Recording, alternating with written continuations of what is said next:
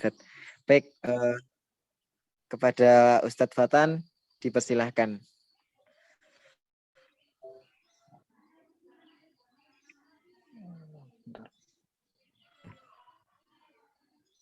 Monggo Ustadz. Baik. Bismillahirrahmanirrahim. Alhamdulillahilladzi anzala ilaina afdhala kitab wa arsala ilaina afdhala rusul wa ja'alana khayra ummatin ukhrijat lin-nas. Asyhadu an la ilaha illallah wahdahu la syarika lah wa asyhadu anna Muhammadan abduhu wa rasuluhu la nabiyya wa la rasula ba'dah. Allahumma shalli ala Muhammad wa ala ali Muhammad kama shallaita ala Ibrahim wa ala ali Ibrahim innaka Hamidum Majid. Wa barik ala Muhammad wa ala ali Muhammad kama barakta ala Ibrahim wa ala ali Ibrahim innaka Hamidum Majid. Alhamdulillah, segala puji bagi Allah Subhanahu wa taala. Dengan taufik dan karunia-Nya kita sudah sampai kepada sepertiga kedua dari bulan Ramadan. Sepertiga pertama bulan Ramadan telah kita lalui, 10 hari pertama di bulan Ramadan telah kita lalui.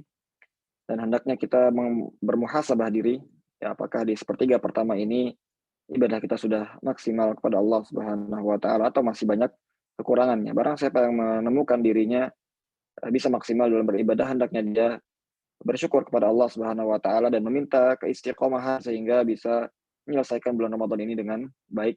Dan barang siapa yang masih menemukan kekurangan dalam ibadahnya di 10 pertama bulan Ramadan, maka masih ada 20 hari terakhir bulan Ramadan dan itu lebih baik dari yang pertama. Hendaknya kita lebih fokus lagi dalam beribadah dan lebih maksimal lagi dalam beribadah. Semoga Allah memberikan taufik dan hidayahnya. Tidak lupa salawat serta salam semoga tercurahkan kepada junjungan kita, Nabi kita Nabi Muhammad Sallallahu Alaihi Wasallam, keluarganya, para sahabatnya, dan orang-orang yang mengikuti jalan sunnahnya hingga akhir zaman nanti. Amma ba'd.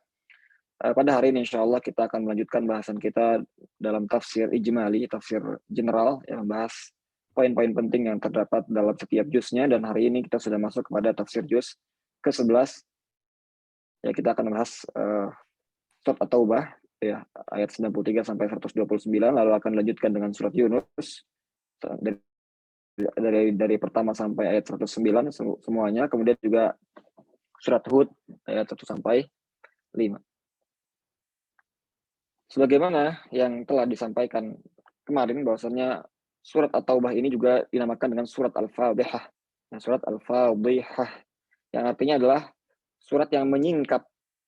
Karena surat ini menyingkap hakikat-hakikat kaum munafikin yang mereka menyembunyikan, menampakkan keislaman namun menyembunyikan kekufuran mereka. Maka Allah singkap rahasia-rahasia dan hakikat mereka kepada kaum muslimin agar berhati-hati kepada mereka. Dan dalam juz ke-11 ini juga pembahasan tersebut masih dilanjutkan.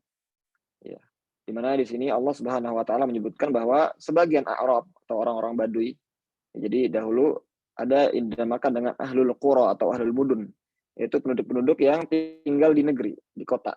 Ada juga sebagian Arab yang tinggal di pinggiran-pinggiran, dia berpindah-pindah tempat atau nomaden bahasanya. Itu disebut dengan al-A'rab atau orang Arab Badui yang tinggalnya berpindah-pindah. Allah mengatakan bahwasannya sebagian mereka itu lebih munafik dan lebih kufur dibandingkan dengan orang-orang di kota Madinah atau kota Makkah ketika itu, karena mereka kurang ilmu. Allah berfirman, al-a'rabu asyaddu kufra wa nifaqa wa ajdaru an la ya'lamu hududa ma anzalallahu ala rasulih wallahu alimun hakim. Wallahu alimun hakim.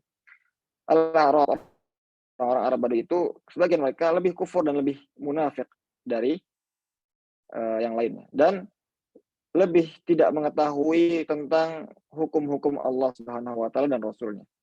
Dan Allah yang Maha mengetahui lagi Maha hikmah. Dan mereka menganggap bahwasannya mengeluarkan zakat itu adalah sebuah kerugian. Padahal Allah Subhanahu wa taala dengan lisan Rasulnya mengatakan bahwasannya mana qasat shadaqatun min mal. Tidak akan berkurang harta yang dikeluarkan untuk sedekah atau untuk zakat. Namun mereka mengatakan bahwasanya zakat itu adalah suatu kerugian bagi mereka, dan mereka senantiasa berusaha membuat makar pada kaum muslimin. Allah berfirman, "Wa minal a'rabi may yattakhidhu ma yunfiqu maghrama wa yatarabbasu bikumud dawair 'alaihim dairatus sau'i wallahu sami'un alim. Dan di antara sebagian orang-orang Badui itu mereka menjadikan ya apa yang mereka infakkan dan zakat itu mereka merasa rugi dengannya, dan mereka pun senantiasa membuat makar untuk menghancurkan kaum muslimin. Dan Allah berfirman bahwasanya bagi mereka lah makar yang buruk itu, dan Allah Maha mendengar lagi Maha mengetahui. Kemudian juga Allah SWT menyebutkan bahwasannya kaum munafikin, sebentar, afwan.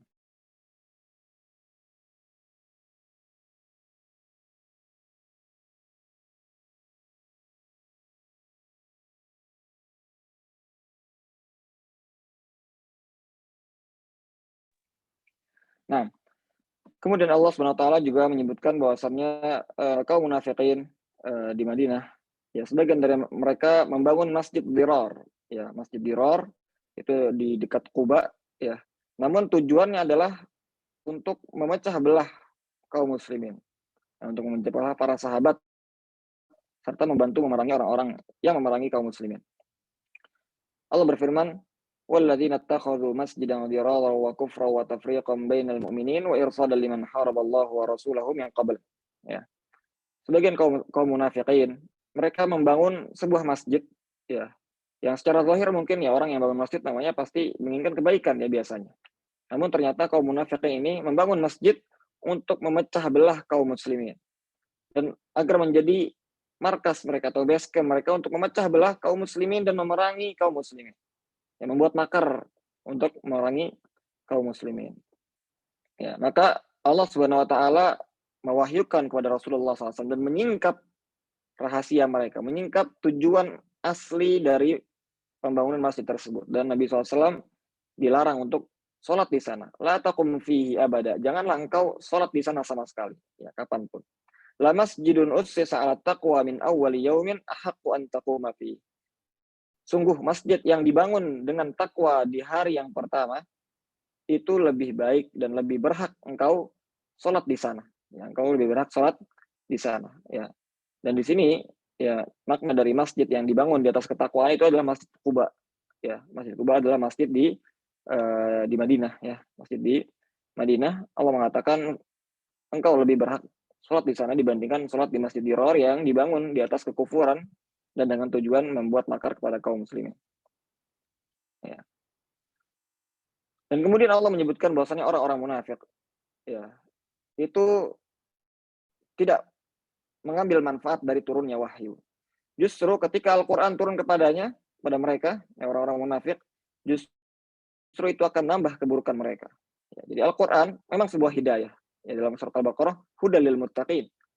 Ya, hidayah bagi orang-orang yang bertakwa. Namun bagi orang-orang yang kufur, bagi orang-orang yang munafik, Al-Quran justru akan menjadi ya, beban bagi mereka dan menambah keburukan mereka. Bagaimana Nabi SAW bersabda, Al-Qur'anu hujjatun laka au alaika. Al-Quran itu adalah hujjah bagimu atau atasmu di hari kiamat nanti. Bagimu ketika kita mempelajari Al-Quran dan membacanya serta mengamalkan isinya. Namun akan menjadi beban justru kepada manusia ketika dia hanya membacanya saja, namun tidak berusaha memahaminya apalagi mengamalkannya, seperti kaum munafikin wal'iyadzubillah. Allah berfirman, wa idza ma unzilat suratun faminhum man yaqulu ayyukum zadatuhu hadhihi imana fa ammal ladzina amanu fazadatuhum imana wa hum yastabshirun wa ammal ladzina fi qulubihim maradun fazadatuhum rijsan ila rijsihim wa matu wa hum kafirun. Dan ketika turun surat dari Al-Qur'an, maka di antara mereka ada yang mengatakan, siapa yang bertambah imannya karena surat ini? Adapun orang-orang yang beriman, maka iman mereka akan bertambah dengan turunnya ayat tersebut dan mereka akan merasa senang. Orang-orang yang beriman, orang-orang yang memiliki iman dalam hatinya akan senang membaca Al-Quran. Akan tenang hatinya berzikir mengingat Allah Subhanahu wa taala dengan membaca Al-Quran. Adapun orang-orang yang di hatinya ada penyakit kemunafikan, ya, maka turunnya ayat tersebut membaca Al-Quran justru hanya akan menambah kenajisan dan keburukan yang ada di hati mereka. Wa matu wa hum kafirun, dan mereka wafat dalam keadaan kufur wal'iyadzubillah.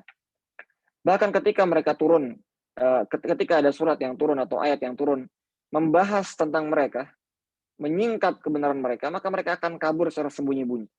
sembunyi-sembunyi. Allah berfirman, wa idza ma unzilat suratun nadhara ba'dhum ila ba'din hal yarakum min ahadin tsumma sarafallahu qulubahum bi annahum qaumun la yafqahun. Dan ketika ada surat ya yang turun, maka mereka akan melihat satu sama lain ya karena mereka mengetahui bahwasanya surat tersebut menyingkap hakikat dan rahasia mereka. Maka akhirnya pun mereka pergi dan meninggalkan majlis. Maka Allah palingkan hati-hati mereka karena mereka tidak memahami. Itu adalah bahasan tentang kaum munafik. Kemudian ya sebagaimana nama surat ini, surat At-Taubah, surat ini juga membahas tentang taubat Allah Subhanahu wa taala atas hamba-hambanya. Dan kita harus yakin sebagai kaum muslimin bahwasanya Allah Subhanahu wa taala itu Maha menerima taubat hambanya, Maha Pengampun lagi Maha Penyayang. Allah berfirman, "Alam ya'lamu annallaha huwa yaqbalu taubata 'an ibadihi wa ya'khudhus shadaqati wa annallaha huwat tawwabur rahim." Tidakkah mereka mengetahui bahwasanya Allah menerima taubat hamba-hambanya? Ya.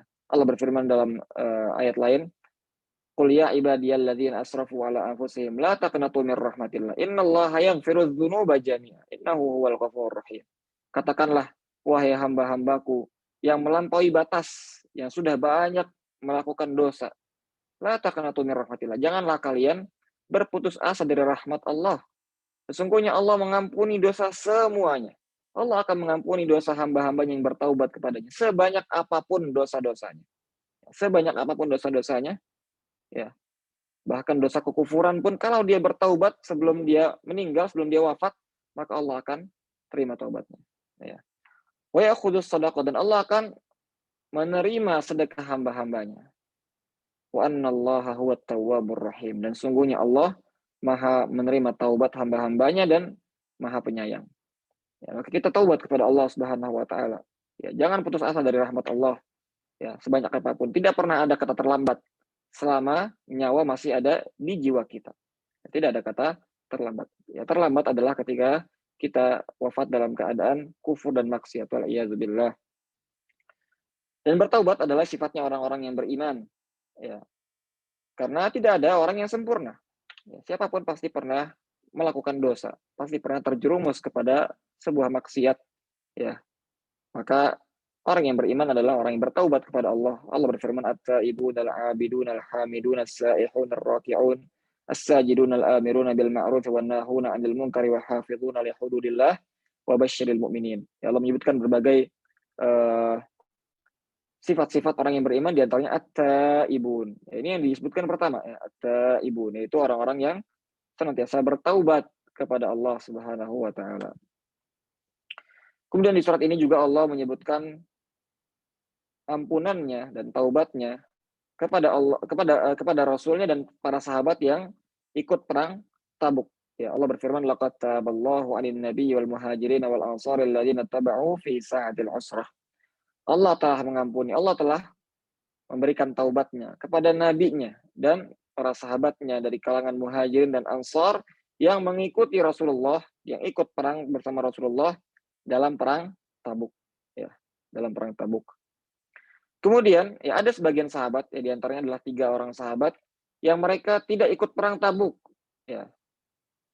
Maka kemudian mereka pun bertaubat kepada Allah Subhanahu wa taala dan Allah umumkan bahwasanya Allah telah menerima taubat mereka.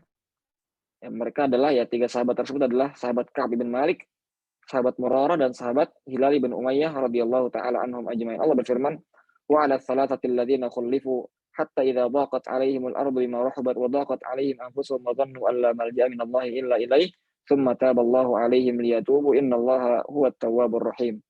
Dan kepada 3 orang yang tidak ikut perang, ya, yang tidak ikut berperang bersama Rasulullah ke perang Tabuk, karena perang Tabuk ini adalah di antara perang yang Rasulullah wajibkan semua para sahabatnya yang tidak ada uzur untuk ikut berperang.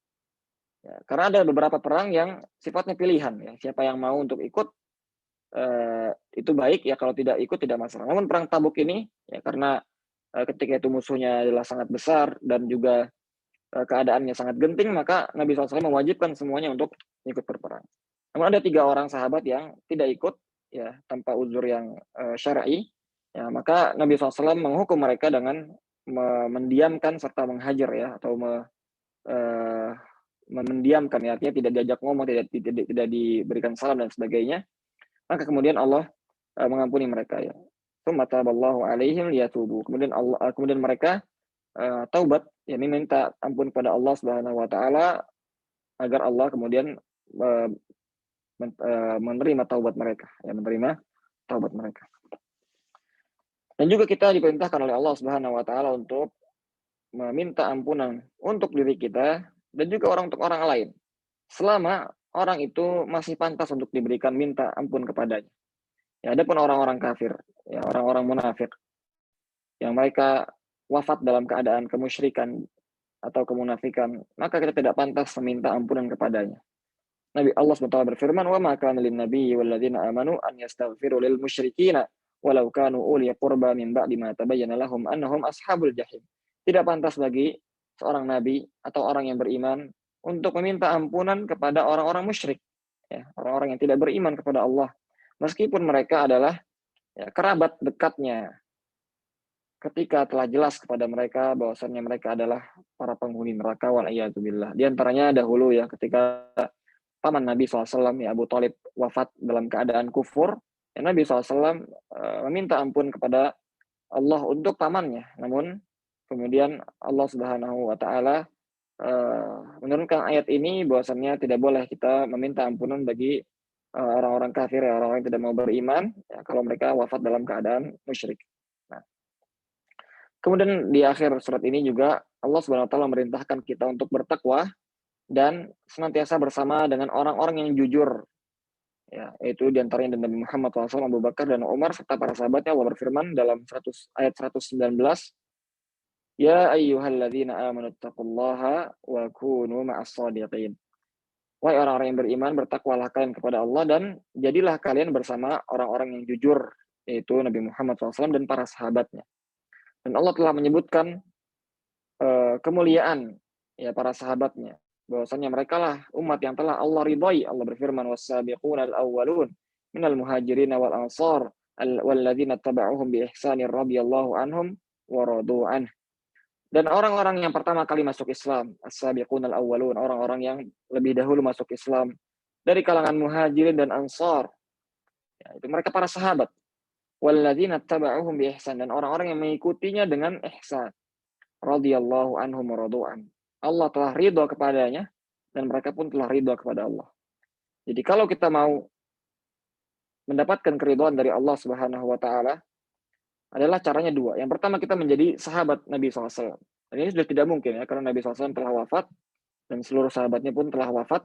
Maka satu-satunya cara yang tersisa bagi kita untuk mendapatkan keridhaan dari Allah Subhanahu wa taala adalah walladzina tabauhum bi ihsan, yang mengikuti para sahabat dengan baik. Maka kita ikuti mereka, kita ikuti jalan hidup mereka agar kita juga mendapatkan keridhaan dari Allah Subhanahu wa taala.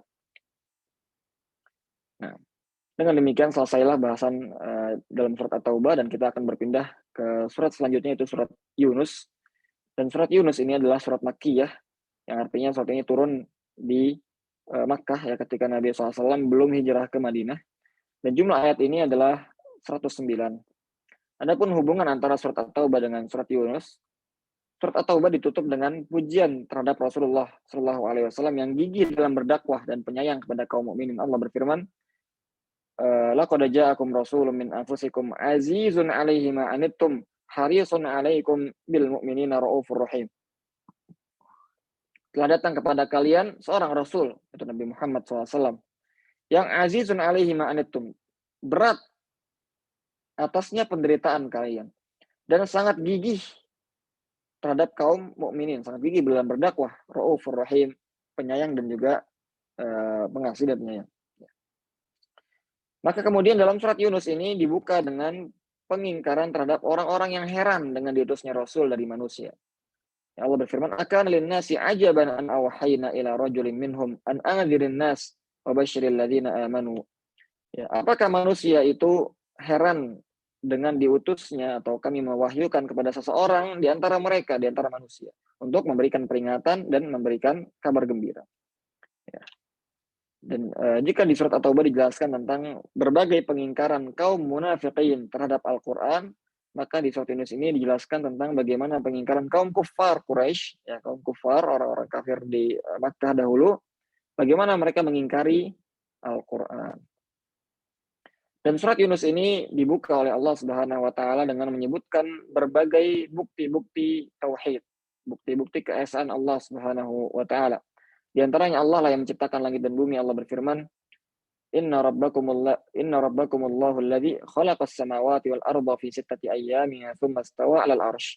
Ialah sesungguhnya Rabb kalian adalah Allah yang menciptakan langit-langit dan juga bumi dalam 6 hari, kemudian ia bersemayam di atas arsy.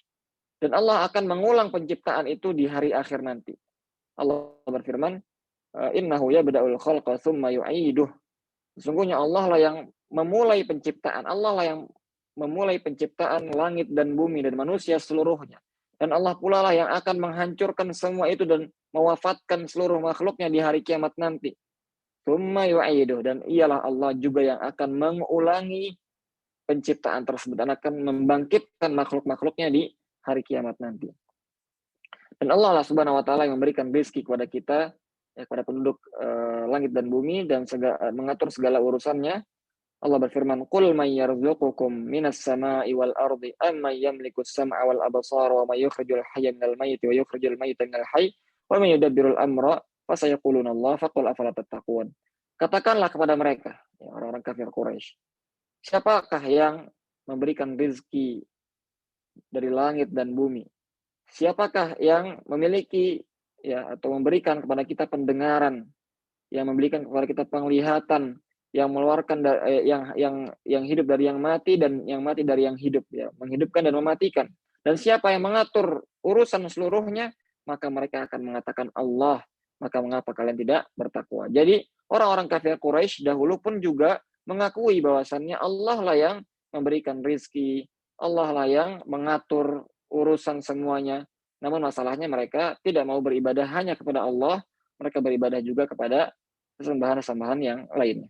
Juga Allah mengatakan, Allah Subhanahu wa taala lah yang menjadikan matahari itu dhiya. Ya, dhiya itu adalah cahaya yang dibarengi dengan hawa panas. Ya, dan juga menjadikan bulan sebagai nur. Allah berfirman, "Huwallazi ja'ala asy-syamsa dhiya'an wal qamara nur."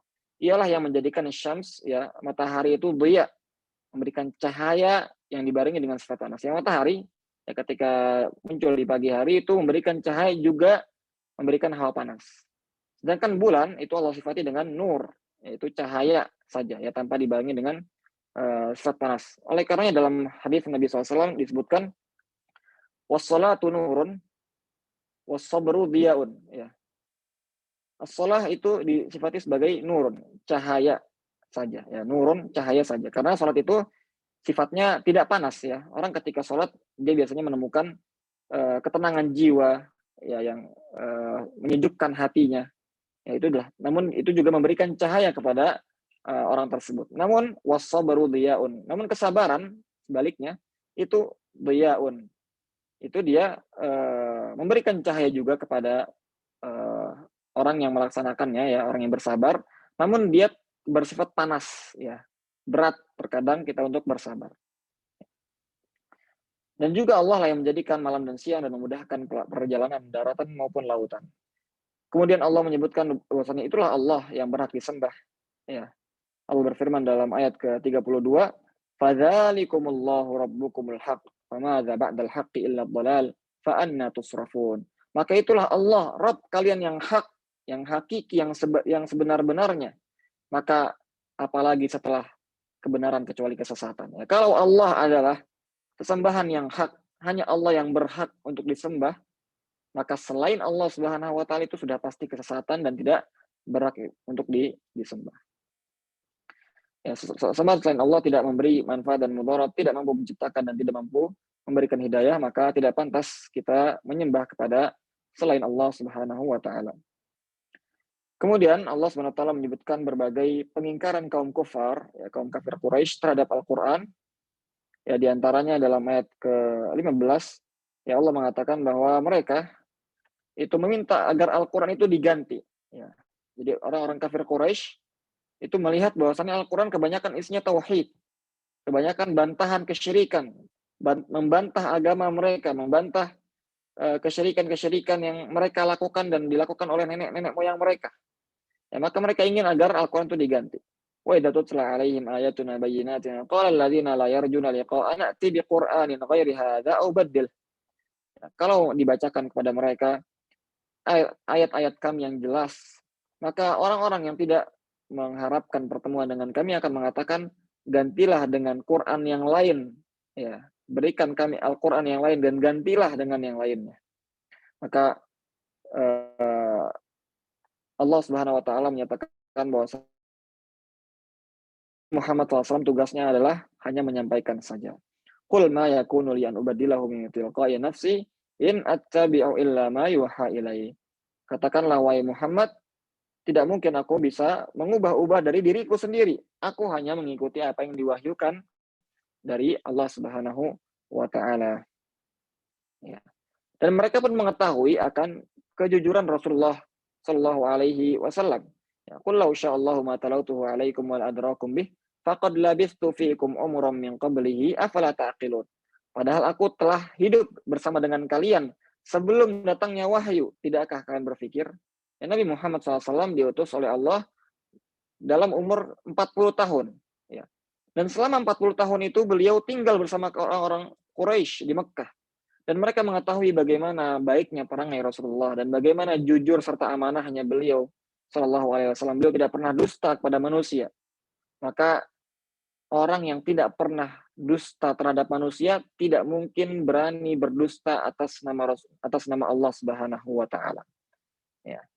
Maka tentu saja Nabi SAW menyampaikan kebenaran dari Rabb-nya, yaitu wahyu. Dan Al-Quran ini dari Allah Subhanahu Wa Taala. Ya, dan Al-Quran ini membenarkan dan memperinci isi dari kitab-kitab sebelumnya, Taurat dan Injil dan Zabur dan lainnya. Allah berfirman, "Wa ma kana hadzal Qur'anu ay yuftara min dunillah, walakin tasdiqal ladzi baina yadayhi wa tafsilal kitabi la raiba fihi min rabbil alamin." Tidaklah Al-Quran ini dibuat-buat dari selain Allah Subhanahu wa taala, namun Al-Quran ini adalah pembenaran ya dari kitab-kitab sebelumnya, ya. Yang ini menunjukkan bahwa Al-Quran dan kitab-kitab sebelumnya itu sumbernya sama, yaitu dari Allah Subhanahu wa taala. Hanya saja kitab-kitab sebelum Al-Quran itu banyak diubah-ubah oleh kaum Yahudi dan Nasrani. Taurat dan Injil banyak sekali perubahan dan penyelewengan yang terjadi. Namun Al-Quran Allah jaga ya keasliannya sampai hari kiamat nanti. Wa tafsilal kitabi la raiba fihi min rabbil alamin, datang dari Allah Rabb semesta alam. Dan tidak mungkin Al-Quran ini dibuat-buat. Am yaqulu naftarah qul fa'tu bi suratin mithlihi wad'u man istata'tum min dunillahi in kuntum shadiqin. Mereka mengatakan Al-Quran ini dibuat-buat oleh Nabi Muhammad. Ya. Kemudian Allah mengancam mereka dan Allah menantang mereka. Oke, kalau kamu bilang seperti itu, coba datangkan, coba buatkan satu surat yang serupa dengan Al-Quran. Ya, yang sama menakjubkannya dengan Al-Quran, ayat-ayatnya dan bahasa yang tinggi. Ya, datangkan satu surat yang sepertinya. Dan mintalah bantuan kepada siapapun yang ada di muka bumi ini. Ya, mintalah bantuan kepada penyair-penyair yang ulung. Ya, mintalah bantuan kepada para orang-orang yang hakim, ya, yang bijak dan lain sebagainya. Minta bantuan kepada siapapun.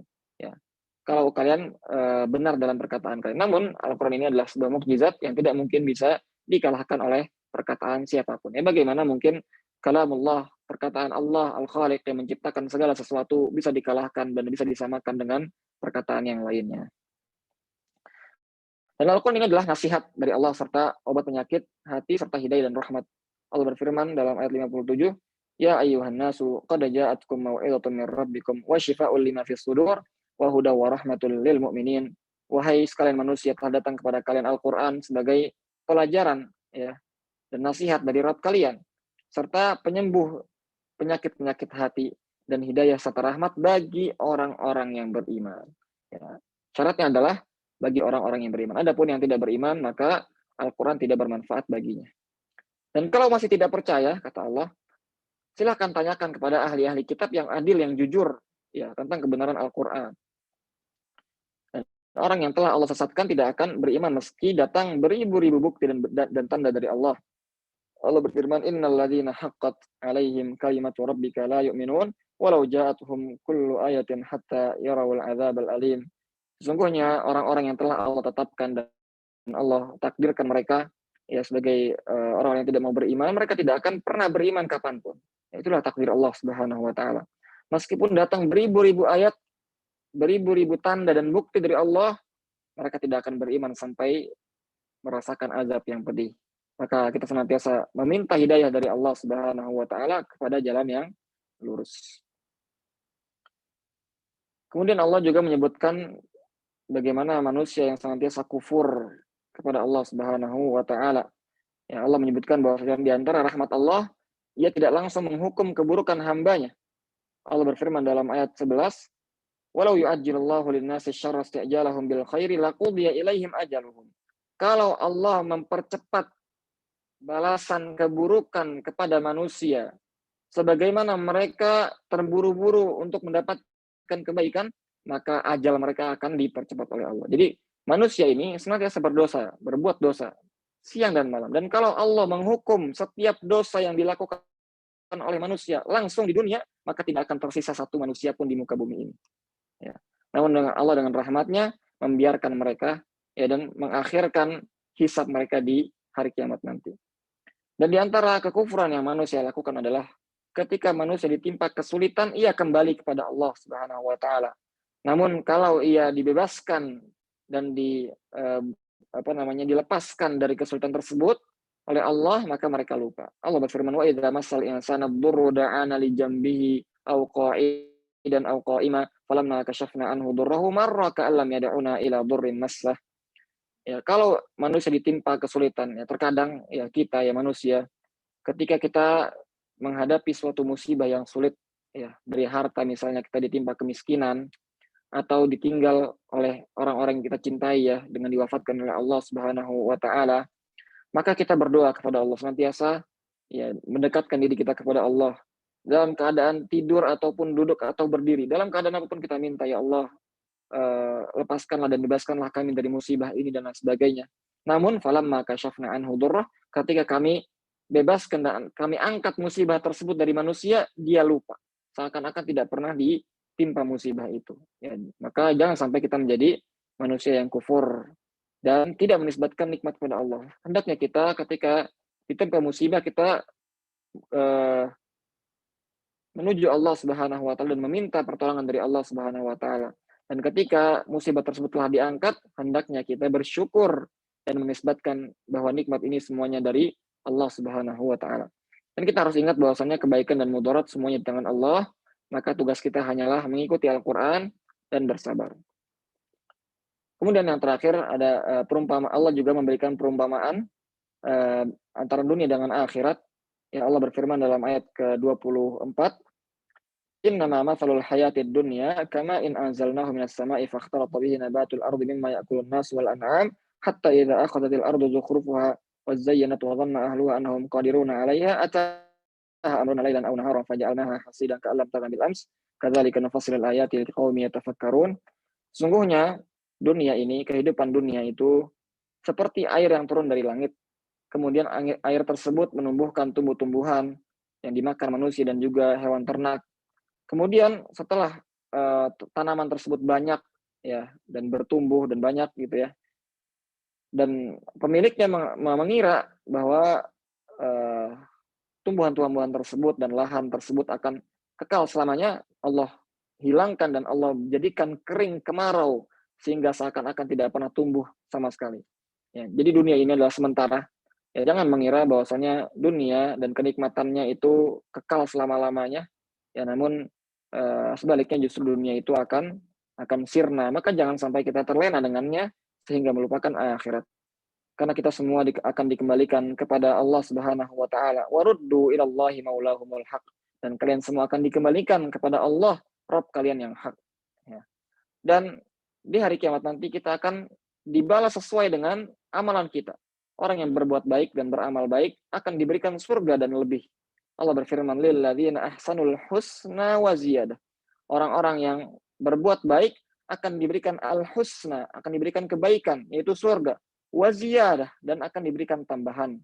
dari Allah Subhanahu wa taala. Dan para ulama tafsir menjelaskan makna waziyadah di sini, tambahan nikmat di sini adalah kita akan diizinkan untuk melihat wajah Allah Subhanahu wa taala. Sebaliknya orang-orang yang berbuat buruk akan dibalas dengan setimpal sesuai dengan amalannya dan akan ditimpakan kehinaan. Allah berfirman, "Walladzina kasabus sayyiati jazaa'u sayyi'atin bimithliha wa tarhaquhum dzillah." Orang-orang yang berbuat keburukan maka akan ditimpa keburukan yang setimpal dan akan ditimpakan juga kehinaan. Kemudian nanti di hari kiamat ada lagi level lain, yaitu adalah para wali-wali Allah Subhanahu wa taala. Mereka adalah orang yang beriman dan beramal soleh. Mereka tidak akan takut dan sedih, ya. Allah Subhanahu wa taala berfirman, "Ala inna awliya Allahi la khaufun 'alaihim wa lahum yahzanun alladzina amanu wa kanu yattaqun." Ya, sungguhnya para wali-wali Allah itu di hari kiamat nanti mereka tidak akan merasakan takut dan tidak akan bersedih. Siapa sih para wali-wali Allah? Ya, jadi wali-wali Allah ini bukanlah orang yang di dunia bisa melakukan hal-hal yang ajaib dan lain sebagainya. Tidak. Namun Allah di sini jelaskan para wali Allah adalah alladzina amanu wa kanu yattaqun. Mereka yang beriman kepada Allah dan bertakwa kepada Allah Subhanahu wa taala, dan Allah menyebutkan bahwa mereka akan mendapatkan kabar gembira di dunia dan di akhirat. Allah berfirman, lahumul busyra fil hayatid dunya wa fil akhirah. Bagi mereka lah kabar gembira dan kehidupan yang baik di dunia dan di akhirat. Dzalika huwal fawzul azim. Itulah kemenangan yang sesungguhnya. Maka dunia ini adalah hanya sementara saja. Ya, kesuksesan dunia itu hanya sementara saja. Jangan sampai kita terlena dengan kehidupan dunia dan gemerlapnya dunia ini, serta harta dan jabatan, semuanya akan sirna. Dan yang akan menyelamatkan kita di akhirat nanti hanyalah amalan kita, dan kita senantiasa berdoa kepada Allah Subhanahu wa taala agar memberikan kita kebahagiaan di dunia dan akhirat. Kemudian selanjutnya adalah surat Hud. Namun ini insya Allah akan kita bahas lebih lanjut besok. Ini hanya sebagai pengantar saja. Surat Hud ini merupakan surat Makkiyah, ya, turun di Makkah. Dalam sebuah hadis Nabi SAW, dalam sebuah hadis riwayat At-Tirmidzi, sahabat Abu Bakar radhiyallahu anhu suatu hari pernah berkata, "Ya Rasulullah, qad syibta." Wahai Rasulullah, aku lihat engkau telah beruban. Ya, Nabi SAW ada sedikit uban di rambutnya. Maka Nabi SAW mengatakan, sayyabatni hudun wal waqi'atu wal mursalatu wa amma yatasa'alun wa idza syamsu kuwirat.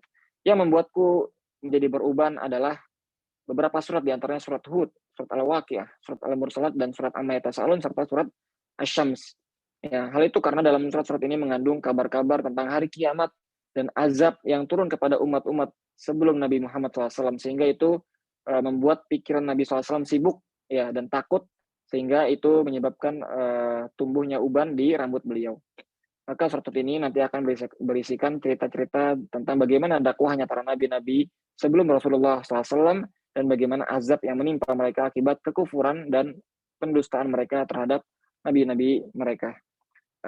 Demikian tafsir juz ke-11 pada hari ini. Jika ada kesalahan maka mohon maaf. Hadza wa sallallahu ala nabiyina Muhammadin walhamdulillahirabbil alamin. Ana kembalikan kepada moderator. Nah, Masya Allah. Jazakallah khair Ustadz Fatan Amin atas penyampaian tafsir singkat juz 11 dari Al-Quran terkait dengan materi-materi tadi, dari lanjutan bahasan kaum munafik, taubat Allah atas hambanya, bukti-bukti kesan Allah, pengingkaran kaum kufar atau jamak dari kafir terhadap Al-Quran, manusia yang senantiasa kufur, perumpamaan dunia dan akhirat. Untuk selanjutnya insya Allah besok di tafsir singkat juz 12 ya teman-teman, dilanjutkan dengan surat Hud itu. Semoga dengan penyampaian materi dari Ustadz Fatan Amin tadi, teman-teman dapat memiliki pengetahuan terkait dengan tafsir singkat dari juz 11. Mungkin hari ini cukup sekian teman-teman dan Ustadz Fatan. Mohon maaf apabila ada kesalahan dari panitia. Selamat melanjutkan aktivitas untuk hari ini. Mungkin cukup sekian. Marilah kita tutup kajian pada hari ini dengan bacaan hamdalah, dilanjutkan doa kafaratul majelis bersama-sama. Alhamdulillahirabbil alamin. Subhanakallahumma bihamdik asyhadu alla ilaha illa anta astaghfiruka wa atubu ilaik. Tetap semangat, fastabiqul khairat untuk hari ini. Wassalamualaikum warahmatullahi wabarakatuh.